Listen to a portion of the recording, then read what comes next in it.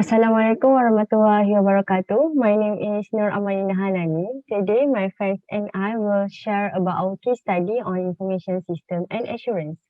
My board members consist of 4 members. For introduction, I will explain about situation of COVID-19 after a year in Malaysia. A virus outbreak known as coronavirus disease 2019, also known as COVID-19, was discovered in Wuhan, China, started in December 2019 and continues to harm people worldwide. After a year of facing pandemic COVID-19, Malaysia reported 9,020 cases with 98 new death cases until the 29th of May 2021. Figure in the slide shows that COVID-19 daily reported cases and forecast from 4th January to 31st May 2021. The increasing cases are concerning. Therefore, Tan Sri Muhyiddin Yassin, Malaysia Prime Minister, announced that the country will go into total lockdown PKP Fasa on the 1st of June 2021. Phase 1 runs from 1st June till 14 June 2021. However, it extended for another 2 weeks from 15 June to 28 June and recently extended till the middle of July. Phase 1 is the first phase of the 3 phases of lockdown that the country will go through.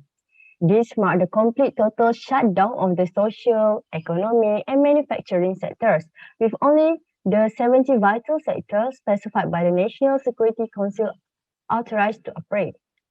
According to Health Minister Dr. Adam Baba, the average daily cases of COVID-19 must be less than 4,000 on 7 consecutive days for Malaysia to enter the second phase of the National Recovery Plan. He also stated that ICU bed utilization must be less than 75% and that 10% of the population must be fully vaccinated. After phase 1, phase 2 of the lockdown is planned to last 4 weeks. Following that, phase 3 will begin with implementing the movement control order, which will prohibit any social activities. SMEs are the abbreviation for small and medium-sized enterprise, which are often small businesses with limited employees, income and assets. Currently, based on the research that have been conducted, there are around 9,007,065 establishments of SME in Malaysia. All of these SMEs around Malaysia are managed by the SME Corporation Malaysia, which is commonly known as SME Corp Malaysia. So as written in the slide, this is some of the example of SMEs in Malaysia. And according to SME Corporation Malaysia, 98.5% of business establishment in Malaysia are SME, which cover many sectors, such as written in the slide, such as the services, manufacturing, construction, agriculture, and mining.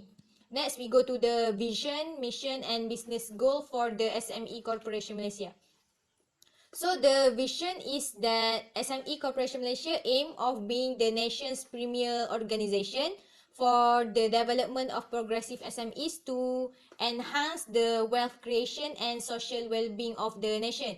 And the mission for the SME Corporation Malaysia is to promote the development of competitive, innovative and resilient SMEs through effective coordination and provision of business support. And next is the business goals for SME Corp Malaysia. First is increase the business formation to encourage private sector dynamism by bringing in a steady stream of fresh entrants. Second, SME Corporation Malaysia aims to increase the number of high growth and innovative enterprise since they provide a major percentage of new jobs and increase output in the country and make the transition to large enterprise easier. So the third goal is to enhance SMEs productivity to boost revenue and living standard, where the efforts will be directed to increase automation and mechanization. And the last one would be to intensify formalization to foster fair competition, innovation and growth among the SMEs. Now, I will explain on the impacts of COVID-19 to SMEs. The figures show a survey conducted by Recommended.my on 97 service-based SMEs in 2 rounds.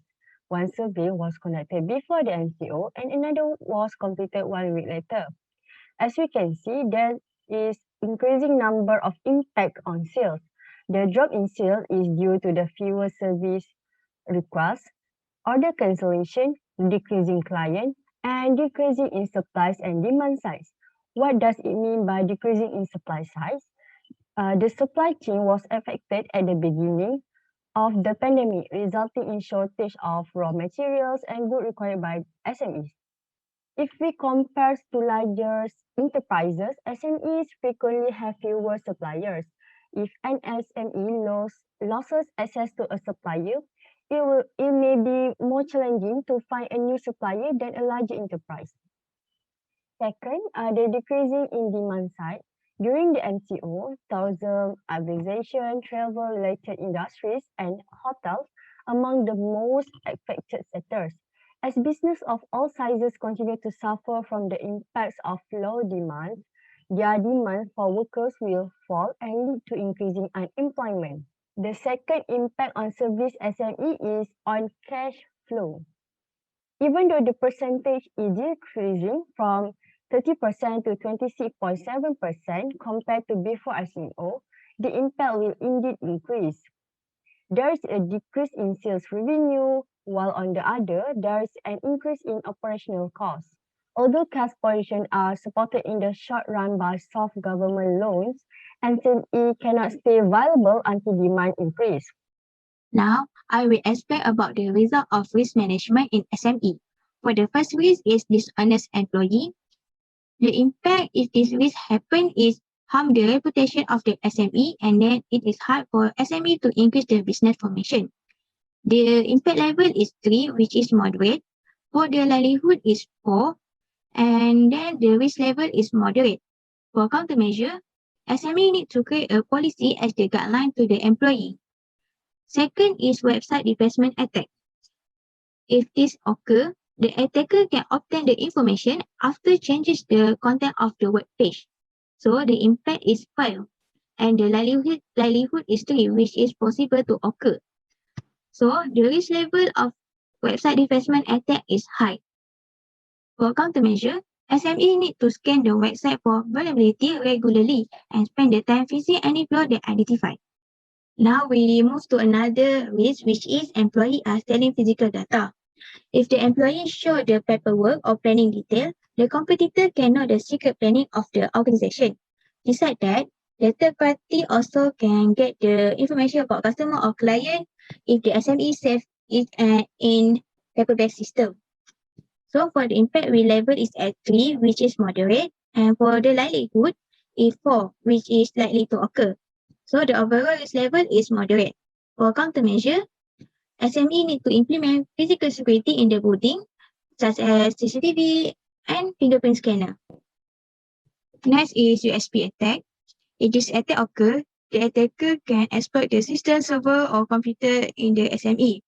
For the impact level is 4, which is major. For the likelihood is 2, which is unlikely to occur. So the overall risk level is moderate. For countermeasure, the SME needs to provide an identity card for each employee. This is to prevent from attacker or outsider to place the USB in the building. So the employee will not use unknown USB. Next, the risk that we identify is technological obsolete risk. This risk can give impact to the SME organization as it can lead to data loss, and the limited technology cannot fit with the market changes. So the impact for this risk is at level 3, which is a moderate, as it can affect the organization mission, reputation, and also interest. The likelihood for this risk is at level 3, which is possible to occur. So we analyze that the risk level for technological obsolete risk is at the moderate level, and the countermeasure to avoid this risk is SME organization need to install or update the latest technology. Next, technical hardware failure also give impact to SME organization as it can lead to data loss and involve many budget to recover data. So the impact for this risk at the level 4, which may result in the highly expensive loss of tangible asset. The likelihood for this risk is at level 3, which is possible to occur. So we analyze that the risk analysis for this risk is at the moderate level, and the countermeasure for this risk is we need to regularly schedule maintenance to avoid any technical hardware failure from happening. The next risk that we identify is the risk of act of human error or failure. This risk can give impact on SME confidential information. So the impact for this risk is at the level 4, which may result in the highly expensive loss of tangible asset. And the likelihood for this risk is at the level 3, which is possible to occur. So we analyze that the risk level for this risk is at the moderate level. The countermeasure to counterattack this risk is SME need to organize employee training and development. The last risk that we identify is compromise to intellectual goals property risk. This risk can give a huge impact to SME organization as can expose the organization asset and can lead to the cyber attack. So the impact for this risk is at the highest level where it can seriously violate and harmful the organization mission and also reputation. The likelihood for this risk is at the level 3, which is possible to occur. So, the risk level for compromise to intellectual goals property is at the highest level.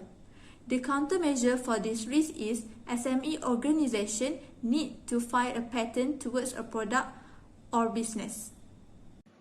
As a conclusion, by doing a risk assessment, it can evaluate the organization system by considering both external and internal threats. So it will help SMEs by clearly identify the specific security issues and identify which one are the most dangerous and find the steps to eradicate these weaknesses and strengthen the security of the organization.